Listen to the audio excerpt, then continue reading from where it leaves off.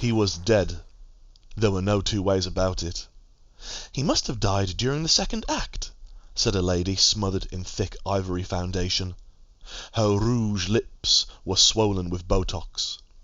"The poor fat flatulent bastard," said a scrawny gentleman with tight slicked back hair and a moustache twirled to flamboyant perfection.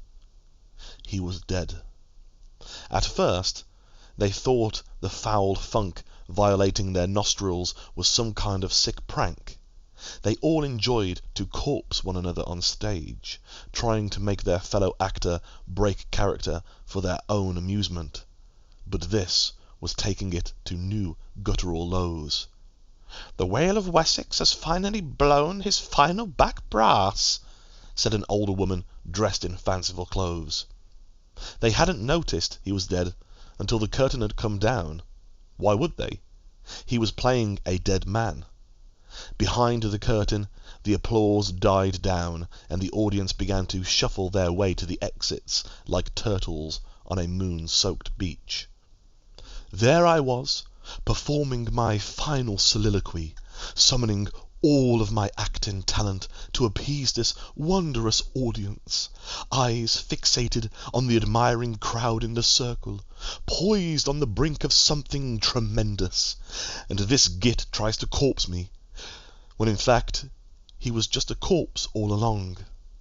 The mustached gentleman ran his fingers through his hair, in character, then remembered the play was over, and hung his arms by his sides. "At least he died in his home town, and on the stage where he was most loved. I don't know how this theatre will cope without him. From what I have heard, he brought this place back from the brink of extinction," said a gentleman in a tweed suit. "Yes, I heard it was going to be bought out and transformed into one of those ghastly chain restaurants that have been cropping up all over Mercia. Wattlecobs, they're called. I heard they've been trying to branch out into Wessex, and this place was meant to be the first. Good old Byron soon told them to wattle their cobs with their arses," said the older woman. She caught a whiff of the corpse and turned her face away from the offending pocket of stench. Her attempt was futile. By now the crew had run on stage, and all gasped with fright, and then flinched at the stench. All around the corpse a pool of urine expanded and formed a pattern like a Rorschach test. "Why hasn't anyone called an ambulance?" said the stage manager, a tall man with a pot belly and eyes that wanted to murder the actors for their lack of urgency. "The doctor pronounced him dead," said the tweed suit, pointing to another gentleman who wore a white shirt with a deep grey waistcoat complete with pocket watch. A stethoscope hung around his neck. The stage manager laid a sweaty palm on his face and cringed. "He's not a real doctor, you twat," he said through gritted teeth.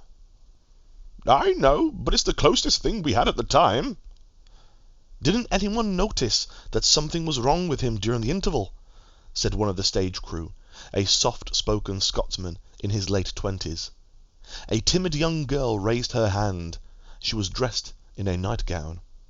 "He was sweating a lot in his dressing room, and his breathing was very heavy, and he told me his jaw and back hurt," she said with a small voice. "I asked if he was all right, and he just waved me away with one of his swollen hands." "Pish-posh! That's nothing unusual. He was carrying the weight of 7 men on his bones, and his jaw probably hurt from eating those 2 whole chickens before the show," said the mustached gentleman.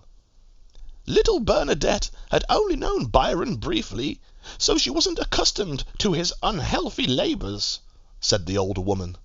At that moment the heavy pass door that connected backstage to the auditorium swung open, and a tall, suited man with pale skin, flushed cheeks, and swept silver hair rushed through. He was the house manager.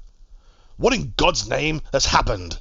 he bellowed as the pass door clanged noisily shut behind him. He stopped dead. "Oh, fuck me," he whispered. "Byron Broger, the Whale of Wessex, is dead," said the stage manager. "When did it happen?" "Sometime during the second act." "We wouldn't have known. His character was murdered at the end of the first act, so by the time the curtain came up he was already in position on the floor," said the tweed suit. He began to understand the gravity of the situation, and tears welled in his eyes like translucent boils.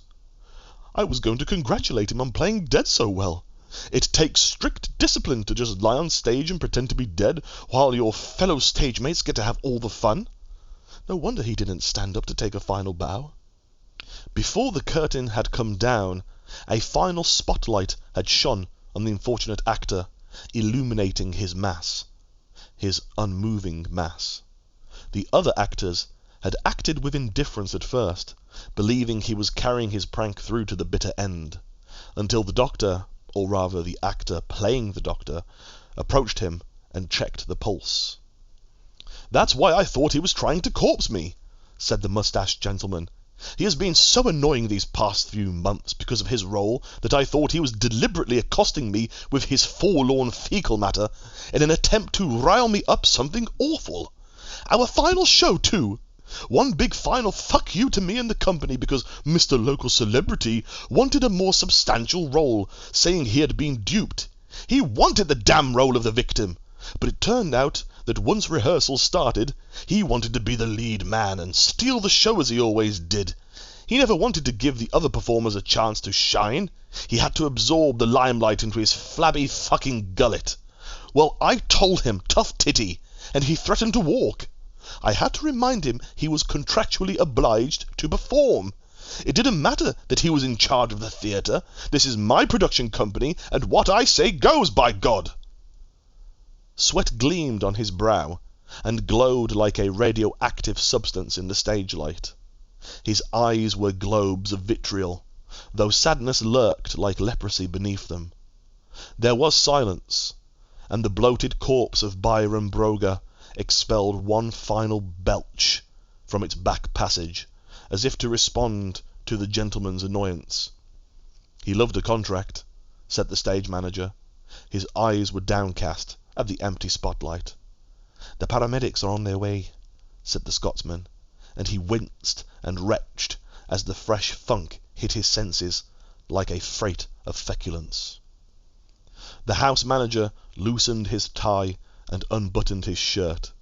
The torrid temperature of backstage was dizzying, which elevated the corpse's bouquet to something almost apocalyptic.